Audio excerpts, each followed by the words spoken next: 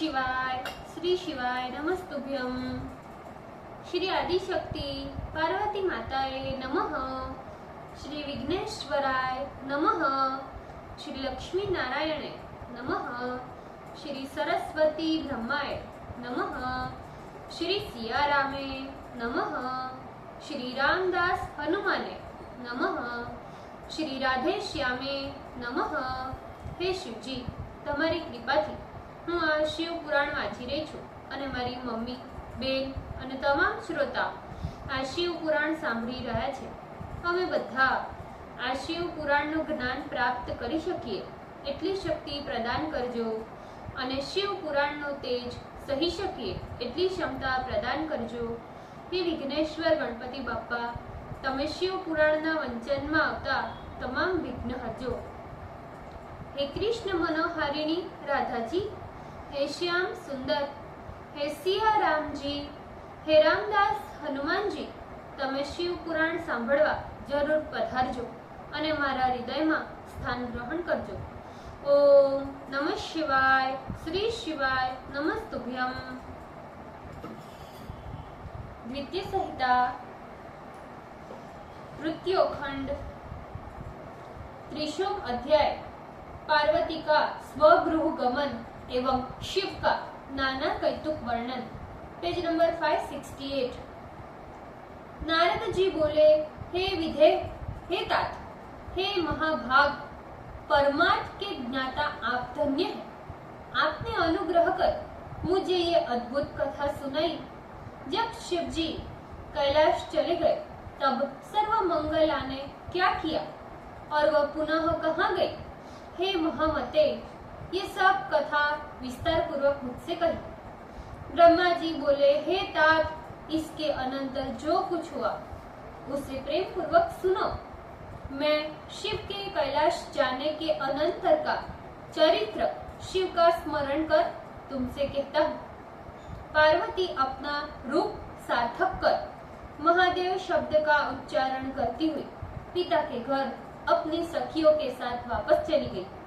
पार्वती के आगमन का समाचार सुनते ही मैना तथा हिमालय दिव्य विमान पर चढ़कर हर्ष से विकल हो उसकी अगवानी के लिए चलने लगे। उस समय पुरोहित, पुरवासी, अनेक सखिया, अन्य दूसरे संबंधी तथा मैनाक आदि सभी भाई महाप्रसन्न हो जय जयकार शब्द का उच्चारण करते हुए पर्वतराज के पीछे चलने लगे। राजमार्ग को अपूर्व सजावट से संपन्न कर स्थान स्थान पर मंगल घट जो चंदन, अगरू, कस्तूरी, फल तथा वृक्ष की शाखाओं से युक्त था स्थापित करवाया गया।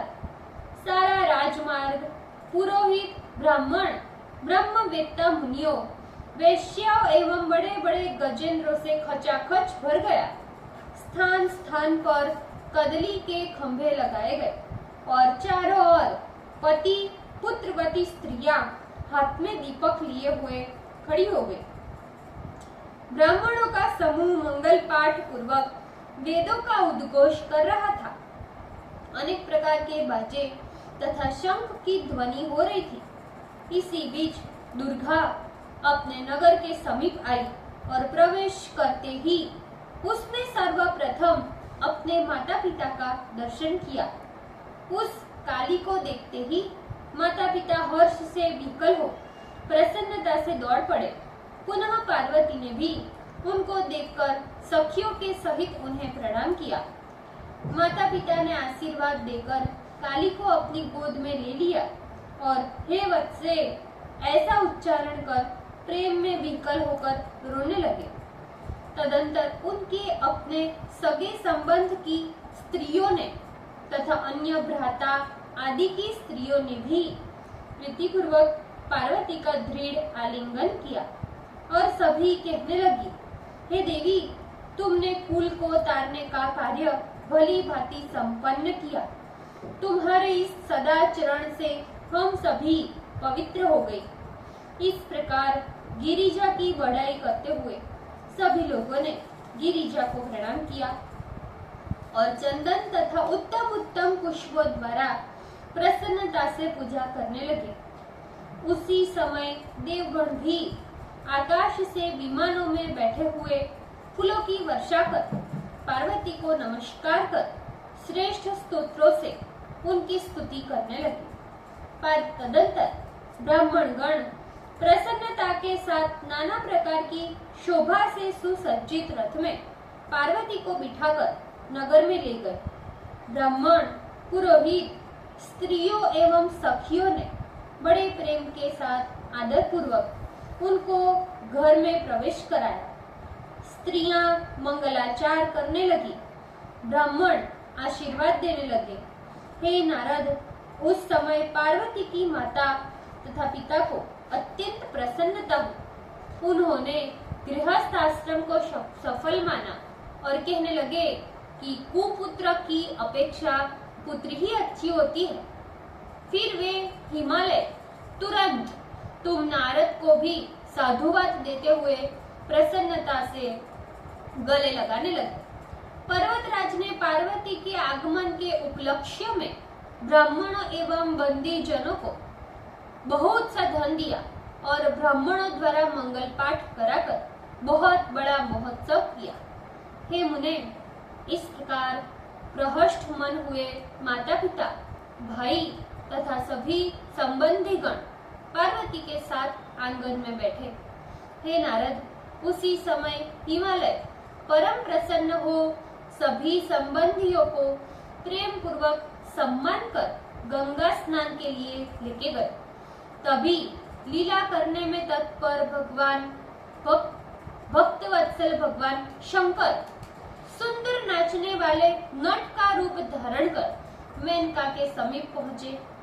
वे बाएं हाथ में श्रृंगी, दाहिने हाथ में डमरू, पीठ पर गुदड़ी धारण किए हुए थे। रक्त वस्त्र पहने नित्य गान विशारद वे शिव मेनका के आंगन में बड़ी प्रसन्नता के साथ अनेक प्रकार का मनोहर नृत्य एवं गान करने लगे।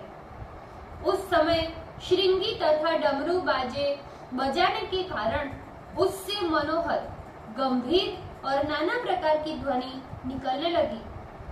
उस ध्वनि से आकृष्ट हुए सभी निवासी, स्त्री एवं पुरुष, बालक तथा वृद्ध एकत्रित हो गए। हे मुने, उस मनोहर नृत्य एवं गीत को सुनकर सभी लोग तथा मैना भी अत्यंत मोहित हो गई। त्रिशूल आदि चिन्ह से युक्त एवं अत्यंत मनोहर रूप धारण किए उस नट को देखकर पार्वती भी उन्हें हृदय से शंकर जानकर मूर्छित ही हो गई। अत्यंत विभूति से विभूषित होने के कारण अत्यंत मनोहर अस्थि माला से युक्त त्रिलोचन, दे दीप्यमान मुखमंडल, नाग का यज्ञोपवीत धारण किए, गौर वर्ण, दीन बंधु, दया सागर, सर्वथा मनोहर और वर मांगो ऐसा कहते हुए महेश्वर को अपने हृदय में स्थित हुए देख पार्वती ने उन्हें प्रणाम किया और मन में वर मांगा कि आप ही मेरे पति हो। इस समय हृदय में ही पार्वती को वर देकर शिवजी अंतर्ध्यान हो गए। तदंतर वे पुनः भिक्षुक का रूप धारण कर नृत्य करने लगे। इस नृत्य से प्रसन्न हो मैना तो सुवर्ण पात्र में बहुत सा रत्न रखकर बड़े प्रेम से भिक्षुक को देने लगी, किंतु भिक्षुक ने उसे स्वीकार नहीं किया। उसने भिक्षा में शिवा को मांगा और पुनः कौतुक से नाच गान करने लगे। मैना भिक्षुक के वचन सुन विस्मित हो क्रोध में भर गई। फिर भिक्षुक को हुड़क कर उसे बाहर करना चाहा। इसी समय हिमालय भी गंगा स्नान कर वहां आ गए और आंगन में मनुष्य रूपधारी भिक्षुक को देखा। मैना के मुख से सारा वृतांत सुनकर हिमालय को भी बड़ा क्रोध हुआ। उन्होंने उस भिक्षुक को घर से बाहर निकालने के लिए अपने सेवकों को आज्ञा दी। हे नारद, किंतु प्रलय अग्नि के समान जलते हुए तेज से अत्यंत दुस्सह उस भिक्षुक को बाहर निकालने को किसी की भी सामर्थ्य नहीं हुई। हे तात, उस समय नाना लीला में विशारद उस भिक्षुक ने पर्वतराज हिमालय को अपना अनंत प्रभाव दिखाया। शैलराज ने देखा कि वो भिक्षुक तो तत्क्षण किरीट, कुंडल, पीतांबर तथा चतुर्भुज रूप धारण कर विष्णु के स्वरूप में हो गए हैं। विष्णु पूजा के लिए उन्होंने जो जो पुष्प आदि अर्पण किए थे वो सभी पूजा उपहार की सामग्री विष्णु रूपधारी वो भिक्षुक के सिर पर एवं गले में पड़ी हुई है। फिर उन्होंने एक क्षण के अनंतर देखा कि वो ही भिक्षुक रक्त वर्ण वेदों का सुप्त उच्चारण करते हुए चतुर्भुज जगत त्रष्टा ब्रह्मा का रूप धारण कर लिए है। फिर गिरीश्वर ने एक क्षण के बाद देखा कि वही जगचक्षु सूर्य के समान परिवर्तित हो गया। इस प्रकार उन्होंने क्षण क्षण में रूप बदलकर कौतुक करते हुए उस भिक्षुक को देखा। हे तात, फिर हिमालय ने उस भिक्षुक को महान अद्भुत रूप धारण किए रुद्र के रूप में देखा, जो पार्वती सहित परम मनोहर अपने तेज से प्रकाशित हो रहे थे। फिर उन्होंने निराकार, निरंजन, निरुपाधि, निरीह महाअद्भुत तेज स्वरूप में परिवर्तित हुए उस भिक्षु को देखा। इस प्रकार जब हिमालय ने उस भिक्षुक का अनेक आश्चर्यकारक रूप देखा, तब वो आनंद युक्त होकर आश्चर्य में पड़ गए। तदंतर पुनः सृष्टिकर्ता भिक्षुक रूपधारी शिव ने हिमालय से दुर्गा की याचना की और कुछ भी नहीं मांगा, किंतु शिव माया से मोहित होने के कारण हिमालय ने उसे स्वीकार नहीं किया। भिक्षु ने भी और कुछ ग्रहण भी नहीं किया और वो अंतर्ध्यान हो गए। तब मैना और शैलराज को ज्ञान हुआ कि प्रभु शंकर हम दोनों को वंचित कर अपने अपने स्थान को चले गए। इस बात का विचार करते ही उन दोनों की दिव्य सर्वानंद प्रदायिनी तथा मोक्ष देने वाली भक्ति शिव में उत्पन्न हुई। ओम नमः शिवाय। श्री शिवाय नमस्तुभ्यम। ભૂલ ચૂક માફ કરજો શિવજી, કૃપા રાખજો। આજના શિવ પુરાણના વંચનનું પુણ્ય મને પ્રદાન કરજો શિવજી। ઓમ નમઃ શિવાય। શ્રી શિવાય નમસ્તુભ્યમ।